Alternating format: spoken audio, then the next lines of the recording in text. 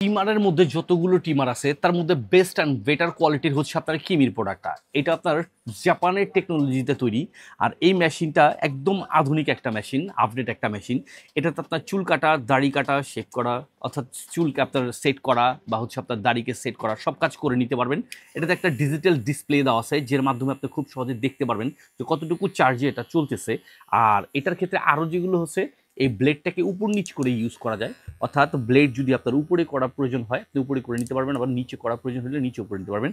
আর এটা আপনার এখানে যে ক্লিপগুলো আছে 4টা সাইজের ক্লিপ দেওয়া আছে, 4 সাইজ করে আপনি আপনার চুলকে বা দাড়িকে সাইজ করে নিতে পারবেন বা কেটে নিতে পারবেন।